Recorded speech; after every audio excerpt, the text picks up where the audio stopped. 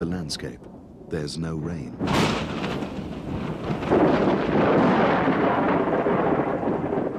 The sky might as well be tossing down lighted matches, because soon large parts of the mountain landscape are on fire.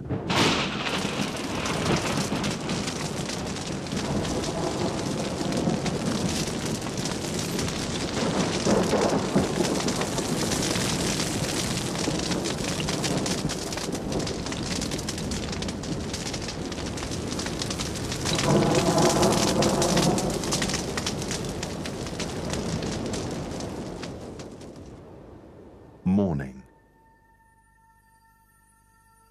and devastation.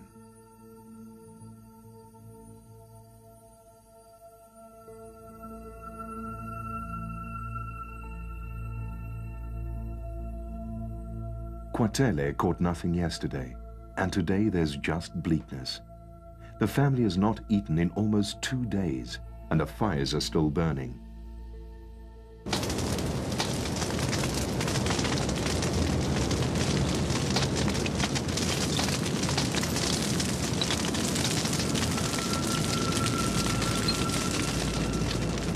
At the nest, there's a hungry mother and 2 hungry chicks, one faring far worse than the other.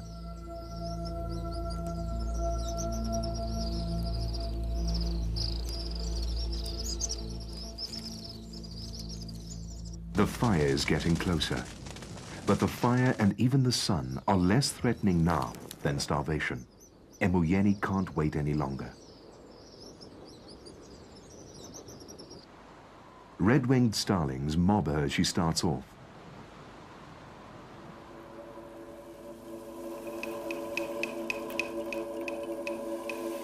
She soon sees why Kartal hasn't brought any food.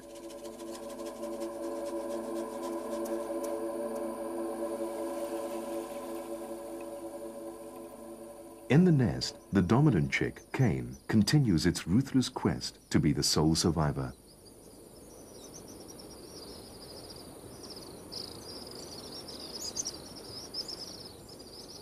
Kartal's hunt has carried him into unknown territory, and he is mobbed by a resident sparrowhawk.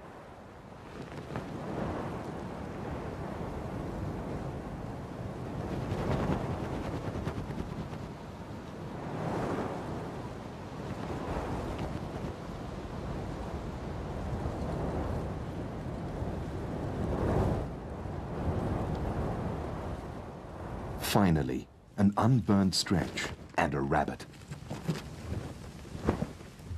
The attempt is foiled.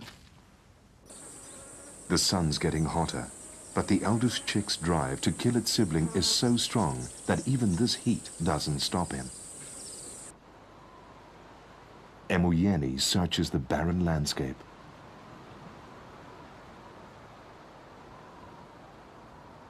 Why, it might be asked, do black eagles always lay 2 eggs when one of the resulting chicks is destined to kill the other?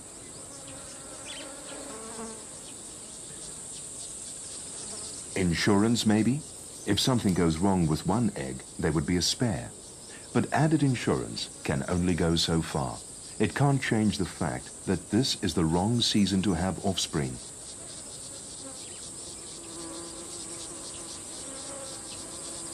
The sun is too hot.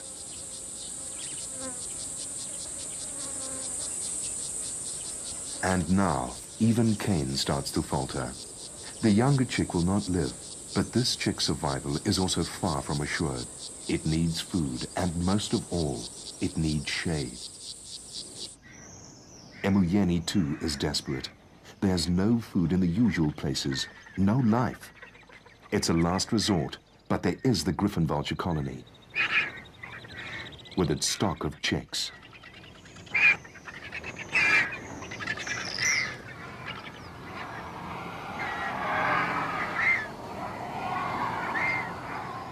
But the age-old conflict between black eagles and Cape griffons has sharpened the griffon senses. They are seldom caught unawares.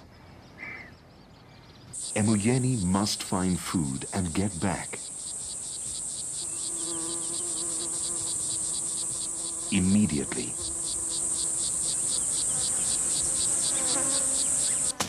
But the grass fires have spread way beyond the home gorge. And even the caracal has been pushed out of its own territory.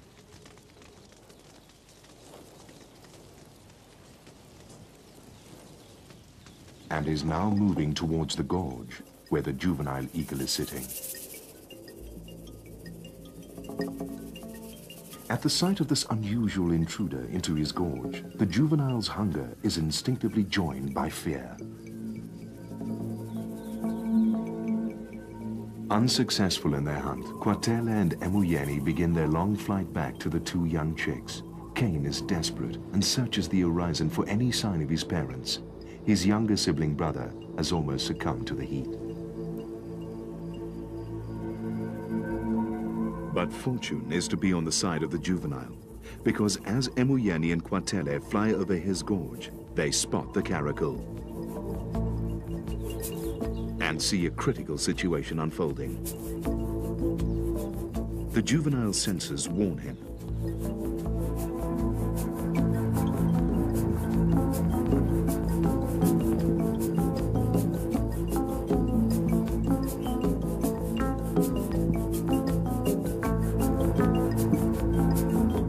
Emuyeni swoops at the cat,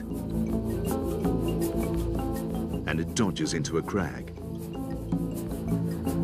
Kartal judges his moment carefully.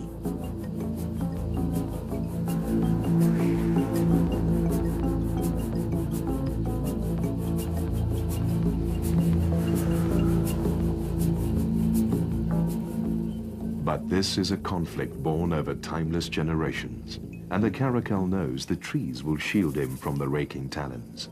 Emuyeni and Kartal manage to chase it to the other side of the gorge, but no further. It stands its ground. The cat would be less of a threat to the juvenile had he not been forced out of his home gorge, where there would always be at least one parent looking out for him. But now, all the caracal has to do is wait and watch. Because the juvenile's parents will have to leave at some point and go back to the nest.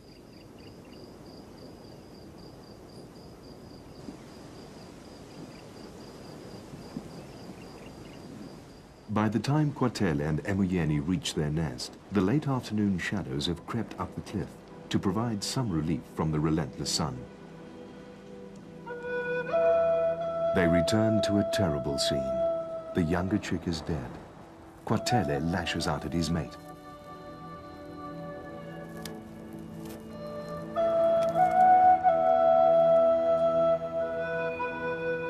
But it is Emuyeni who rules the nest, and it is she who must deal with the day's misfortunes. As she begins to pick up the dead chick, Kartal leaves.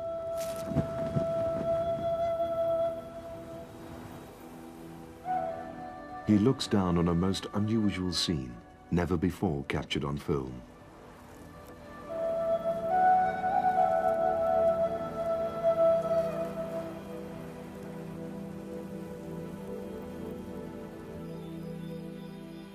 The storm is over and the fires have burnt themselves out.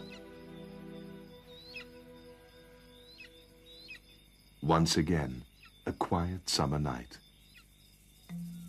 The caracal begins its prowl. The moonlight helps. Although even on the darkest nights, a caracal can find prey.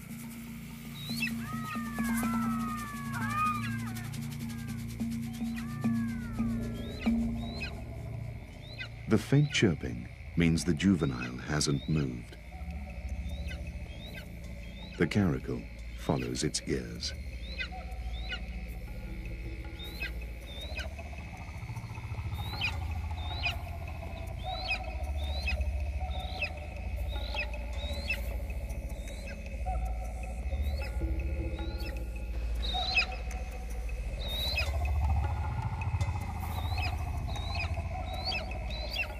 A few clouds start to drift across the moon.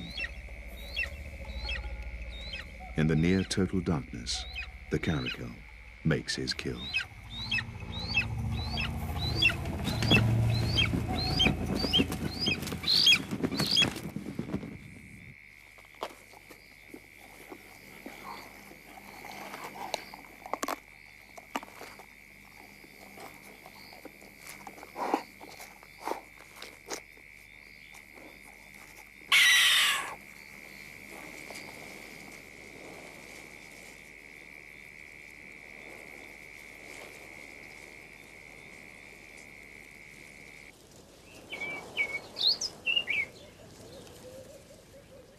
morning. And back at the Eagle's Gorge, Kane has survived the night, but he needs food desperately. Emuyeni and Kwatele have been hunting together since early dawn. They finally spot something that has survived the fires and come into the open.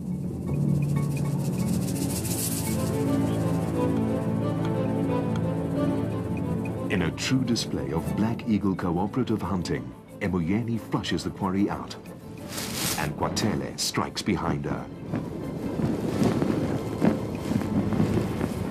Throwing caution to the wind, he recklessly tumbles down the cliff, gripping his prey. A rock rabbit.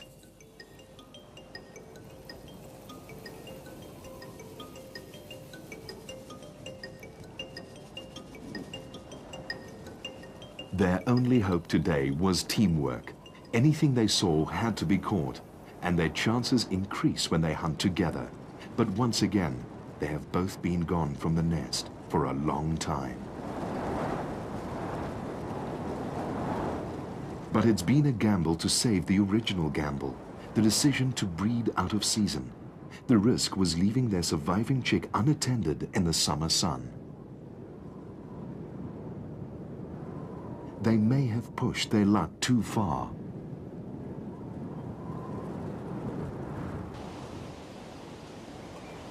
When they finally get back to the gorge, and to the cliff where they ambitiously built their 2 working nests, they find the second chick, dead.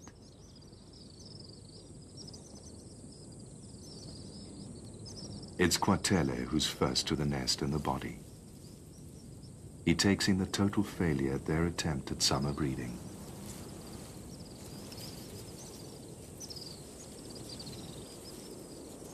As hungry as he is, Kwatele abandons the rabbit.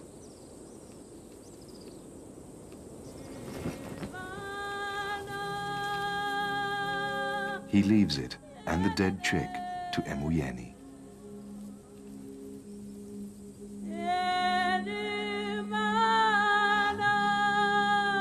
Her reaction in the end is a little more practical. She has a fresh rabbit. And she also has another hungry offspring. The juvenile, the one she started with, and one that's also suffered greatly from the experiment in double brooding. Attacked by his parents and ultimately exiled to another gorge, defenseless, not knowing how to feed himself and never knowing when or if another meal would be flown in. Emuyeni lands at the place where she last saw the juvenile. But the familiar calling of the juvenile does not greet her.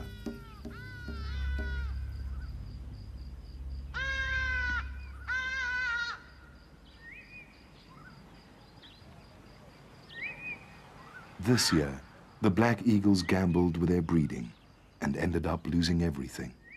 3 chicks hatched, 3 died.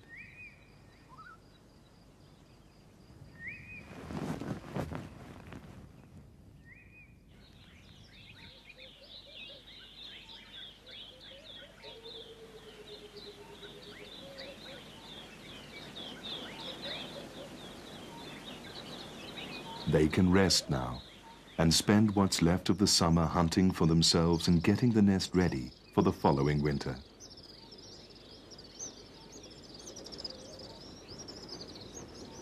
In this case, double brooding had proved disastrous.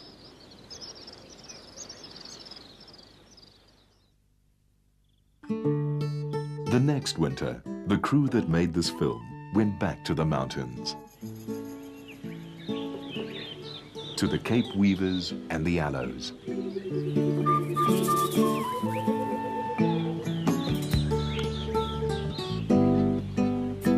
And of course, to the Black Eagles. Emuyeni was still there. Kwatele was still performing his acrobatics.